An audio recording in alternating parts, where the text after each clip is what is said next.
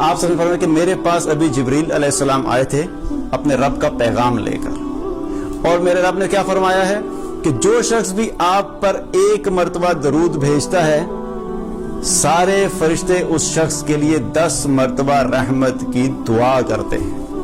اب یہ سارے فرشتے کتنے؟ یہ سارے خربوں فرشتے ایک دفعہ درود شریف پڑھنے پہ میرے اور آپ کے لیے 10 مرتبہ رحمت کی دعا کرتے ہیں۔ ایک دفعہ نہیں، 2 دفعہ نہیں، 10 دفعہ۔ اب خربوں فرشتوں کے ساتھ 10 دفعہ کو آپ ملٹیپلائی کریں تو کتنی رحمتیں ہوگی؟ لامحدود رحمتیں اس شخص کے لیے جو رسول اللہ صلی اللہ علیہ وسلم پر ایک دفعہ درود شریف پڑھتا ہے۔ اب درود ابراہیمی پڑھنے میں کتنا وقت لگتا ہے؟ 15 سیکنڈ تقریباً۔ اللہم صلی علی محمد وعلی آل محمد کما صلیت علی ابراہیم وعلی آل ابراہیم انک حمید مجید۔ اللہم بارک علی محمد وعلی آل محمد کما بارکت علی ابراہیم وعلی آل ابراہیم انک حمید مجید۔ یہ 15 سیکنڈ، یہ جو ایک دفعہ میں نے درود شریف پڑھا ہے، اس 15 سیکنڈ میں پوری کائنات کے فرشتوں نے میرے لیے 10 مرتبہ اللہ کی بارگاہ میں رحمت کی دعا کی ہے۔ تو یہ طاقت ہے ایک دفعہ رسول اللہ صلی اللہ علیہ وسلم پر درود شریف بھیجنے کی اہمیت ہے۔ اور پھر اسی حدیث میں آگے اللہ تعالیٰ آگے کیا فرمایا رسول اللہ صلی اللہ علیہ وسلم نے کہ اللہ سبحانہ تعالیٰ فرماتا ہے کہ میں اپنی طرف سے ایسے شخص کے اوپر 10 رحمتیں نازل کروں گا۔ کنفرمیشن بھی دے دی، خالی فرشتوں کی دعا نہیں ہے، ساتھ ساتھ کنفرمیشن بھی دے دی کہ فرشتے جب دعا کرتے ہیں تو میں کروں گا۔ تو آپ سوچئے اس شخص کی زندگی میں کتنی رحمتیں ہوں گی، کتنی برکتیں ہوں گی جو کثرت سے رسول اللہ صلی اللہ علیہ وسلم پر درود شریف بھیجتا ہو۔ آپ سوچئے جو کم سے کم درجے میں نماز جب ہم پڑھتے ہیں نا، دن 5 دفعہ نماز پڑھتے ہیں، تو 5 دفعہ نماز پڑھنے میں ہم 5 نمازوں میں اللہ کے رسول صلی اللہ علیہ وسلم پر درود بھیجتے ہیں، لیکن اس کے ساتھ ساتھ ویسے بھی اللہ کے رسول صلی اللہ علیہ وسلم پر درود بھیجنا۔ لیکن آپ سوچئے کہ جو شخص نماز میں بھی درود بھیجتا ہو، پھر صبح بھی درود بھیجتا ہو، شام میں بھی درود بھیجتا ہو، اور چلتے پھرتے بھی درود شریف پڑھتا رہتا ہو، جو اتنی کثرت سے درود پڑھتا ہوگا اس کی زندگی میں کتنی رحمتیں ہوں گی، اس کے گھر میں کتنی رحمتیں ہوں گی، اس کی پوری زندگی میں کتنی رحمتیں اور برکتیں ہوں گی، آپ اس کا اندازہ لگا سکتے ہیں۔ لیکن اسی کے ساتھ ساتھ جو شخص نماز بھی نہیں پڑھتا، جو عام روٹین میں نماز کے علاوہ رسول اللہ صلی اللہ علیہ وسلم پہ درود نہیں بھیج رہا، لیکن کم سے کم درجے میں نماز پہ تو بھیج رہا ہے، لیکن جو شخص نماز بھی نہیں پڑھتا 5 وقت کے دن میں، تو وہ کتنی بڑی محرومی ہے اس شخص کے لیے۔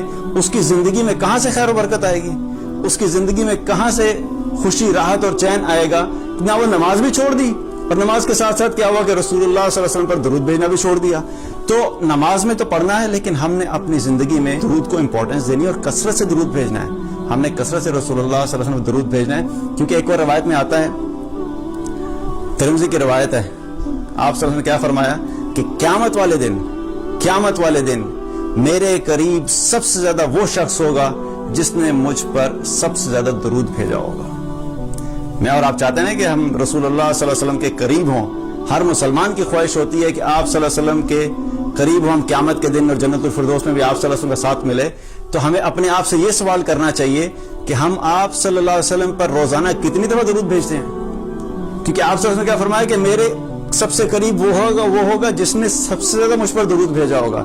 اگر ہم درود پڑھتے ہی نہیں تو کیا ہم واقعی قریب ہوں گے رسول اللہ صلی اللہ علیہ وسلم کے؟ اسی طریقے سے آپ صلی اللہ علیہ وسلم نے ایک اور روایت میں آتا ہے، آپ صلی اللہ علیہ وسلم نے کیا فرمایا کہ ایک تو میں نے آپ کو بتایا نا کہ ایک دفعہ درود شریف پڑھنے کا، اب اگر ہم یہ چاہتے ہیں کہ یہ پروسیس چلتا رہے، کہ رحمتیں چلتی رہیں، تو اس کے بارے میں بھی نبی صلی اللہ علیہ وسلم نے بتا دیا۔ آپ صلی اللہ علیہ وسلم نے فرمایا، مسند احمد کی حدیث ہے، آپ صلی اللہ علیہ وسلم نے فرمایا کہ جو شخص بھی جب تک مجھ پہ درود بھیجتا رہتا ہے، اللہ کے فرشتے اس کے لیے رحمت کی دعا کرتے رہتے ہیں۔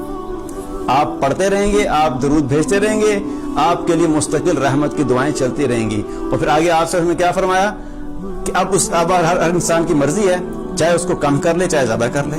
کیا مطلب کہ اب اپنے ہاتھ میں ہے کہ اگر کتنی رحمتیں اپنے لیے سمیٹ سکتے ہو۔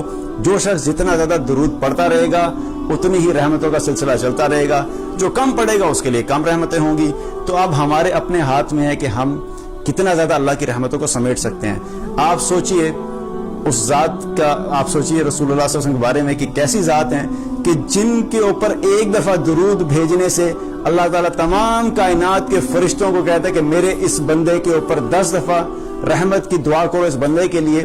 تو جو شخص رسول اللہ صلی اللہ علیہ وسلم کی زندگی کے مطابق زندگی بسر کرے گا اس کا کیا مقام ہوگا اللہ کے سامنے, اس کی زندگی میں کتنی خیر و برکت ہوگی.